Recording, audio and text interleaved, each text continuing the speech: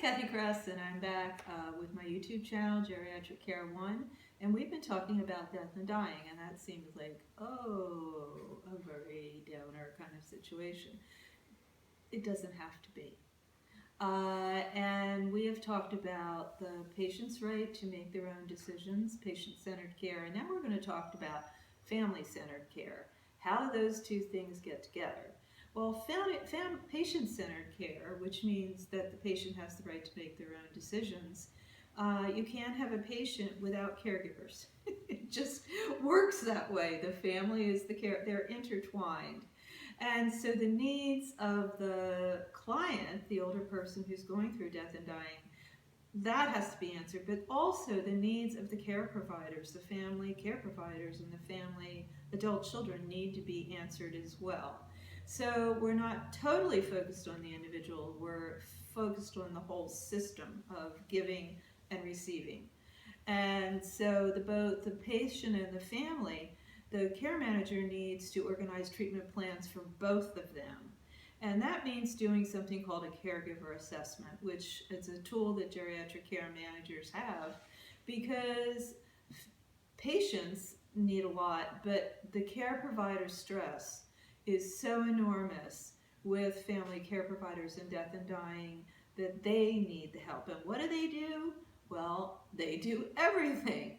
The family does domestic care. They do all the housekeeping because usually the older person can't do that anymore. The person who's dying could be young. They provide transportation. They provide personal care, bathing, grooming. They provide social care, emotionally trying to make the older person feel happier and more composed about what's happening to them in a really painful situation. They do coordination, which is what a geriatric care manager does. And these are people that were never trained to do that. They're just doing it because they love their family. They don't see themselves as caregivers, they see themselves as family. And they are really a major part of medical decision making. And that's key because a care manager can really help them with that. Not making those decisions, but giving them the education they need to make those decisions along with the patient. So helping the care provider has to do with reducing and increasing. And in reducing, it's reducing caregiver burden.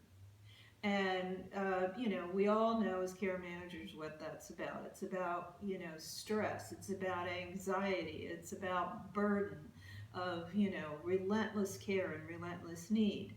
And so that's part of what a care manager can do is bring family in to relieve the care, bring paid caregivers in, get people involved in support groups, all of those things.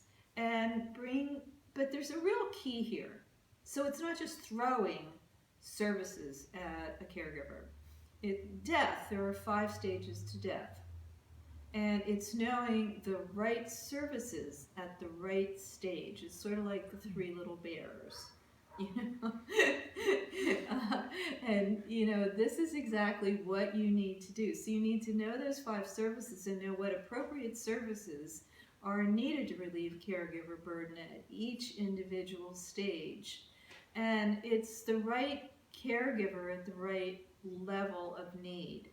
So that, when a patient needs 24-hour care, can that caregiver do that?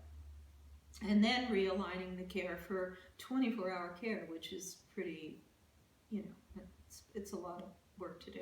So you have these 2 things, the 3 little bears and knowing, what level to bring in. And increasing, okay, so what do you want? That's decreasing the caregiver stress. Increasing caregiver stress and death and dying has to do with just what I talked about, decision-making confidence, because they make a lot of medical decisions, of course, based on what the patient what the client, the family member really wants, but they need to know. And so that's education, bringing in education, really educating about the disease, educating about how hospitals make their decisions, when they can bring people home, where are the hospices, exactly, what's out there, because they're overwhelmed by just caring. And so educating is a really important part of making you a really strong decision maker, and feel confident about the medical decisions you need to make. And then coping. Coping is, again, increasing. And you can use the Kubler-Ross grief model to figure out with a caregiver, what stage are they? Are in the bargaining stage? Are they in the depression stage, the acceptance praise? So again, it's knowing, how to measure this. And then, helping them by bringing resources into coping with the pressure that they've been under in losing a loved one. And then life satisfaction.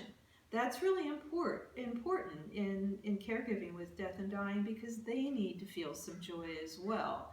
So, respite, involving, the whole family, basically bringing family members to offer respite at whatever stage that needs to be done. And then morale, increasing the morale by, spiritual needs. People really, really at the end start bargaining, and they start bargaining with spirit, and really just having a spiritual advisor, whether it just be you believe in the environment, you believe in whatever church you believe in, can really be helpful. So go to my website, cathycress.com, and watch the rest of the YouTube videos, and I will see you next time.